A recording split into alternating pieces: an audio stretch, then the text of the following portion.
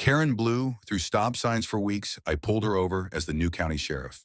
People think small towns are slow, but the danger doesn't always come from outside. Sometimes it's in the form of a white BMW flying down Maplewood Lane at 47 in a 25. Every morning, same time, same car, and every time my stomach clenched, not just because she was reckless, but because there were kids here. My kids, my neighbor's kids. This wasn't some freeway off-ramp. This was our home. Name's Luke Tanners, 41, former Army MP. Now the newly appointed sheriff of Brooke County, and Karen LaSalle. She was about to learn what that meant. I moved back here 8 months ago after my father passed, inherited the old ranch-style house where I grew up. Quiet street, wide yards, bikes on the sidewalk. It didn't take long before I met Karen, tall, expensive perfume, wore sunglasses indoors.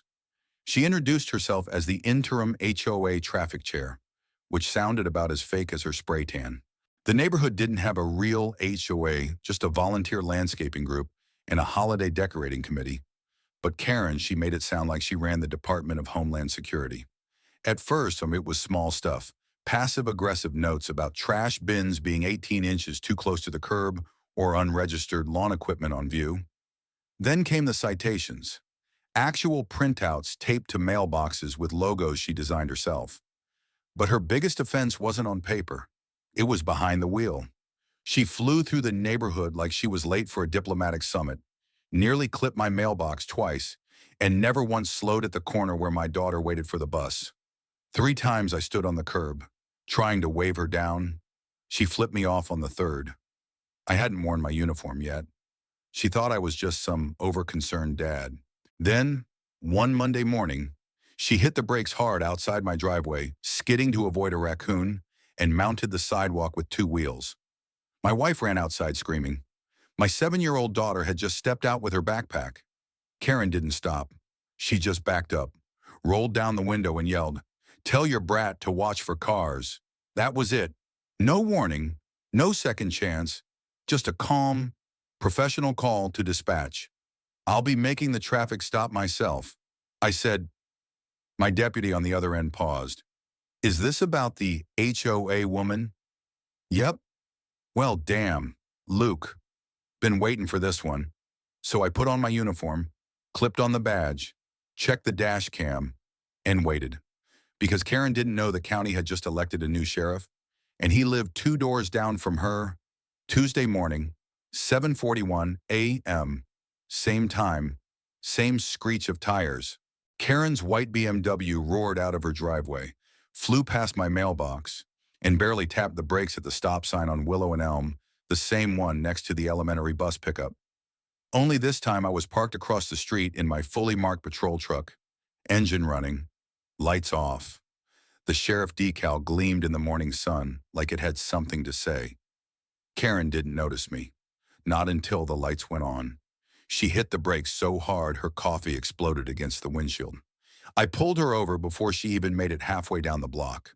She jerked the BMW to the curb with the same grace she used to leave HOA warnings on fire hydrants, loud, messy, and entitled. I stepped out, calm, hat on, sunglasses down, walked up slowly. Her window rolled down halfway. "What the hell is this?" she snapped, pushing her oversized sunglasses to the top of her head. "Morning," I said, voice even. "Sheriff Tanners, Brooke County, license and registration." Her face froze. "You're the guy with the crooked mailbox." "No, ma'am." I said, "I'm the sheriff." She didn't move. I could see the gears grinding in her head, trying to reboot. "This is harassment," she finally muttered. "I'm part of the HOA patrol team authorized to manage residential flow." I stared at her. "Karen, you blew through a posted stop sign, hit 44 in a 25 and drove onto the sidewalk yesterday. You nearly hit a child. That child shouldn't have been." I cut her off. "Don't finish that sentence." She huffed. "This neighborhood's gone downhill. I'm the only one trying to enforce order. People park RVs, leave their bins out, You forged HOA violation notices and impersonated traffic enforcement. That's not order. That's a felony. She blinked. Hard. I suggest you stay right here while I write your citation.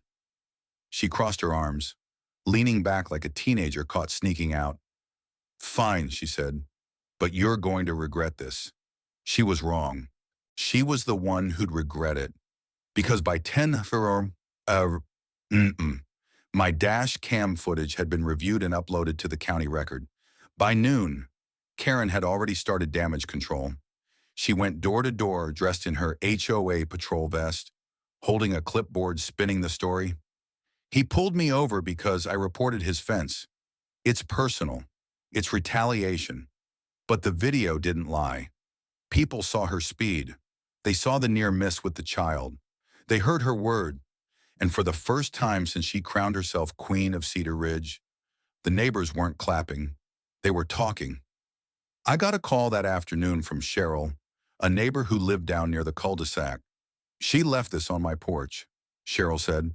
It was a summons, a fake legal notice to appear at a HOA disciplinary hearing at Karen's house. The alleged charges: failure to maintain visual harmony, obstruction of civic traffic patterns, harboring political signage out of season. She says she's starting a real HOA, Cheryl whispered. Says she's filing the paperwork tomorrow. I nearly laughed. She can file anything she wants, I said. Doesn't mean it's legal, but Cheryl sounded nervous. She's threatening fines, real ones. My husband's on edge. He doesn't want the trouble. And that's when I realized Karen wasn't just breaking the law. She was weaponizing fear. So I pulled the county assessor's records. Karen didn't own the land behind her house, the one she claimed would become the HOA enforcement center. It was utility easement, and her so-called neighborhood code document copied word for word from a real HOA charter in Orange County, California. That was plagiarism, fraudulent misrepresentation. I filed a formal complaint with the county, attached video, statements, and the forged notices. Meanwhile, more neighbors came forward. One had been fined $120 for hanging wind chimes. Another was told to remove their birdbath or face legal consequences. A mother of 3 said Karen cited her kids for disorderly yard play. Each time, Karen delivered the violation in her HOA vest and insisted she had limited traffic enforcement powers under Municipal Code 7B. There is no Municipal Code 7B. That night, I called a town hall, real, legal, open to the public. I stood in uniform at the rec center podium and said, "This you've been lied to, manipulated, and endangered. What Karen LaSalle has done isn't just fake authority, it's reckless criminal behavior. And as your sheriff, I'm telling you right now this ends here." The applause shook the walls. Karen didn't show, but her mask was already cracking. And the next morning she made the mistake of trying to get the school bus driver cited. For unauthorized idling on a residential curve, she handed him a piece of paper. He handed it to his supervisor, and the school district called the state patrol. Game over. The call came in just after sunrise. "Sheriff Tanners, this is Joe Ramos with Brooke County Schools Transportation. One of our drivers got handed a vehicular infraction citation from a neighborhood resident yesterday. You aware of any authorized enforcement in Cedar Ridge?" I closed my eyes and exhaled. "Yeah, Joe. I'm aware. It was Karen. Again." This time, she'd tried to fine a public school employee for idling too long on a residential curve, which, by the way, he was required by state law to do when letting students safely exit the vehicle. She handed him the usual laminated paper with a fake seal, bogus violation code, and a fine amount $75. The driver handed it off, confused but professional. The supervisor took it straight to the district office. They faxed it to me. Karen had officially crossed the line from annoying to criminal. Again, by 10 a.m., I was in contact with State Patrol Officer Colleen Myers, who oversees school transportation compliance. She'd seen HOA fraud before, usually petty stuff, but nothing like this. "Sheriff," she said, "this woman is impersonating a state officer. That's a felony under Section 18.8.112. impersonating a public servant. I've got video, I've got statements, and I've got a whole neighborhood ready to testify. Then let's go get her, Colleen said. But when we pulled up to Karen's house that afternoon, me in uniform, Colleen with her state badge, Karen didn't come to the door. She sent her lawyer, well, lawyer, a guy in a wrinkled blazer who looked like he practiced law out of his trunk. He said Karen wouldn't be answering questions because the HOA had convened an emergency session. She's not part of any legal HOA, Colleen said flatly. She believes she is. That's not how belief works. We left her with a subpoena and a notice of formal investigation. Karen watched from the upstairs window, her blinds barely cracked. That night, I thought maybe she'd back off, but Karen didn't back off. She escalated. The next morning, every mailbox in Cedar Ridge had a rolled-up newsletter tucked inside. Title, The Truth Behind the Sheriff's Lies. A special report from HOA Director LaSalle. Inside, a list of violations I allegedly committed as a resident, most of them fictional. A timeline of harassment where she accused me of targeting her out of jealousy.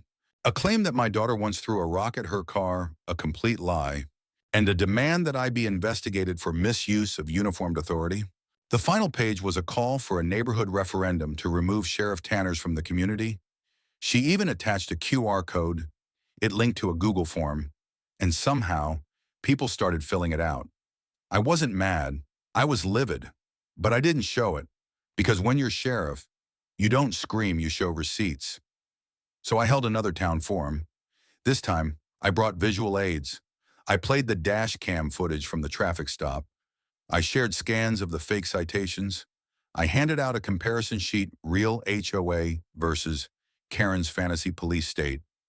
And then I let my neighbors speak. Cheryl stood up first. Karen fined my teenage son for walking with intent. Said he looked suspicious.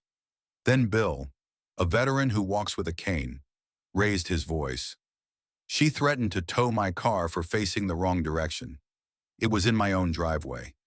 Even the quiet neighbors, those who never come to meetings, shared how they'd been harassed, manipulated, fined, or shamed. It was cathartic. And it was damning.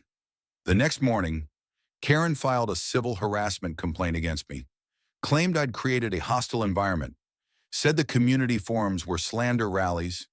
Her complaint was denied in under an hour. Why? Because State Patrol had just completed their own investigation. Their findings, Karen created false legal documents. She impersonated a law enforcement officer. She issued citations to non-members of any real organization. She used fabricated credentials to collect fines. She endangered the safety of children with her reckless driving. And now she wasn't just being investigated, she was being charged. When the county DA called me, I was sitting at my kitchen table with my daughter, helping her with math. "You ready for this?" the DA asked. "Been ready for months." He laid out the full list of charges: impersonating a public servant, forgery and falsification of legal documents, endangerment of minors, harassment and stalking, attempted fraud via unauthorized citations. Her hearing was scheduled for the following Tuesday, the same day her referendum to remove the sheriff was supposed to take place. You couldn't write a better twist. That Tuesday, the neighborhood gathered again, this time outside the courthouse. No signs, no shouting, just silence. Karen arrived in a beige suit, clutching her evidence binder like it was a holy book. Inside, printouts of her fake citations, emails she'd sent to herself, and an actual list of HOA laws she said she was upholding under natural order. When the judge saw it, he shook his head and muttered, "Good Lord." By noon, Karen's world had collapsed. The judge ruled to move forward with full charges. Bail set, passport flagged, community restrictions imposed. She wasn't going anywhere, except into the system she tried to fake. And for the first time in 6 months, the streets were quiet. No more rogue speeding, no more mailbox flyers, no more fear. But the story wasn't over yet. Because justice doesn't just mean stopping the abuser, it means fixing the system they used to rise. The courthouse parking lot was full by the time I arrived for Karen's preliminary hearing. Not because people wanted a spectacle, because they wanted to be seen standing up against what she'd become. Karen sat at the defense table, flanked by a real attorney this time, one that didn't look like he slept in his car. Her face was cold, smug even, as if this whole thing was beneath her. She still believed she'd win. She still thought the clipboard gave her power. She was wrong. The district attorney opened strong, walking the court through a timeline of Karen's abuses, her fabricated HOA bylaws, forged citation, false fines, attempted fraud through a fake community fund, her repeated impersonation of law enforcement, including the school bus driver incident, and of course, speeding through school zones, even after warnings. Then they played the dash cam footage the moment I pulled her over. Gasps echoed when the clip showed her yelling at me for abusing power, even as the child's bike sat 10 feet away from where she stopped. The judge leaned forward. "Is that your voice, Ms.?" LaSalle Karen stiffened.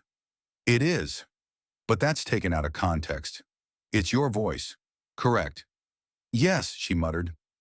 The courtroom went still, but it wasn't the prosecution that broke her. It was the community. Cheryl testified about the fake hearings Karen held in her living room.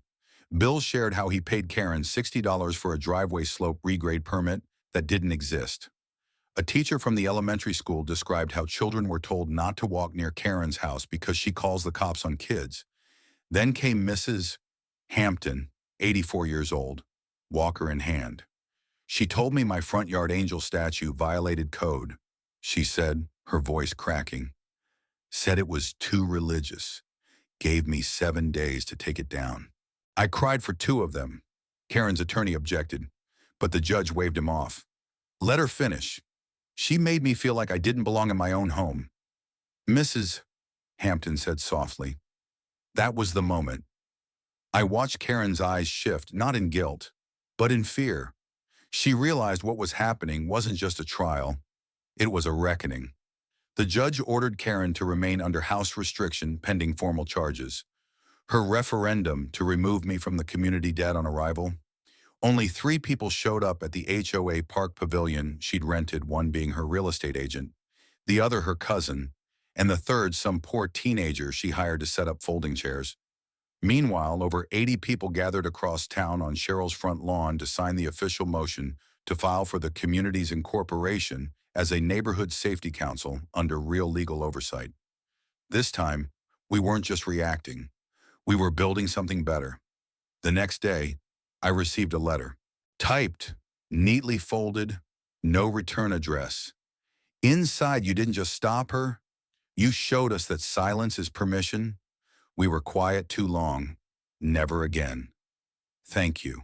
A neighbor. You never met that one stuck with me because it reminded me of what this was all really about. It was never just about Karen. It was about what she represented: unchecked control, fake power, silence mistaken for compliance. And in Cedar Ridge, we were done being silent. The DA moved forward with 5 formal charges: impersonating a public servant, forgery of legal documents, reckless endangerment of minors, fraudulent collection of fines, stalking and harassment of public workers. Her maximum sentence, if convicted on all counts, 5 years, and based on what we'd seen in that courtroom, she was going to get most of it. But while the legal process churned, we went to work healing. Cheryl started a community garden in the Greenbelt Karen once tried to fence off. Bill hosted a block party, first one in 10 years. The PTA invited me to speak about civic awareness. The kids made me a banner that said, "Thanks, Sheriff Tanners." Even the county commissioners paid a visit, shaking hands, smiling as they toured what used to be a paranoid little neighborhood, now bursting with conversation, trust, and shared purpose. One of them asked, "How'd you get people to show up?" I smiled. I didn't. Then who did? I looked around at the families laughing, folks grilling, kids riding bikes safely for the first time in weeks. They did, I said, when it finally felt safe to. But Karen had one last move. She went on social media, an open letter claiming she was a victim of deep harassment and that I used the badge for revenge. She begged for donations. She got $5. Someone left a comment under it. "You didn't just cross a line. You paved a road of lies and then got mad when the sheriff pulled you over on it." That about said it all. Justice was close, but our job wasn't done. because the damage she did, the fear, the silence, the warped sense of civic duty, it left bruises. And we weren't about to let those fester. It was time to do more than punish. It was time to rebuild the right way. The day of Karen's sentencing was colder than usual for late spring. Courtroom was packed. No media circus this time, just quiet eyes, folded hands, and a kind of breathless waiting. You could feel it in the room. Not revenge, not triumph, just relief. Karen sat beside her defense attorney, expression blank. Her once perfect posture sagged. Her vest was gone. Her clipboard a ghost. All she had now were two trembling hands and a stack of excuses the judge wasn't buying. The prosecutor stood and made the closing argument. This wasn't an honest mistake. This was repeated, intentional abuse of fabricated power. She weaponized fear. She endangered children. She faked an entire government role to dominate her neighbors. She turned a peaceful street into a place of control and intimidation. And now, she must face the consequences. Karen's attorney asked for probation. The judge didn't flinch. Ms. LaSalle, you impersonated law enforcement, created false citations, endangered civilians, and preyed on community ignorance to build a false regime of power. This court finds your actions not only criminal, but corrosive to public trust. Then came the sentence, 18 months jail time, 5 years probation, $18,000 in restitution fines. Permanent ban from holding or running any civic, HOA, or community group. She barely moved. Some of the neighbors wept. Others clapped quietly. Me, I just exhaled. Afterward, I didn't go home right away. I drove the long way through the neighborhood, past Cheryl's garden, Bill's repainted fence, Mrs. Hampton's angel statue, which now had a string of fairy lights around its base. And I saw something new. Kids riding their bikes in the open. No fear. People chatting over mailboxes. One family hanging a welcome sign for new neighbors. The speed limit signs, for once, were obeyed. And it hit me. Justice hadn't come from the courtroom. It came from community showing up.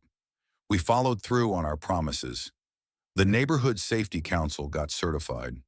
No fines, no power plays, just real resources. Led by volunteers, protected by law. We offered free seminars on civic rights, emergency response basics, and how to identify real versus fake authority. And yes, the kids painted new street signs, bright yellow ones that said, "We look out for each other here." Even better, the county partnered with us to expand the model to other rural neighborhoods dealing with similar fake HOA issues. They called it Project Watchtower. I became its first advisor. 3 months after sentencing, I got a letter from a woman in Utah. My neighbor created fake fines too. Said my porch swing was non-compliant. I saw your story.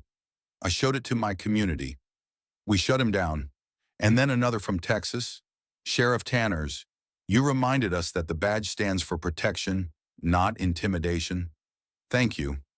And then one from a teenager in Oregon. I was scared to call out my neighborhood's HOA when they targeted my grandpa for his flag. After watching what your town did, I spoke up. He still flies it every day. Karen eventually left town after her sentence. No parade, no post, just gone. And in her place, something we should have had all along. A real neighborhood. One not ruled by fake titles or bogus citations. One where respect mattered more than rules. Where decency beat dominance. Where justice wasn't about punishment, it was about presence. People still ask me what it felt like to pull her over that first time. The answer, necessary. Not because I was sheriff, but because I was a father, a neighbor. A man who couldn't stay quiet while someone pretended to be something they weren't just to scare the people they were supposed to live alongside. Have you ever seen someone misuse fake authority in your community? Have you ever wondered if you had the right to push back? Have you ever watched silence let bad behavior grow louder? Then now's your moment. You don't need a badge to speak truth. You don't need a title to defend what's right. You just need the courage to say, not here, not anymore. Share your thoughts, share your story, and remind others real communities don't rule. They protect. They listen.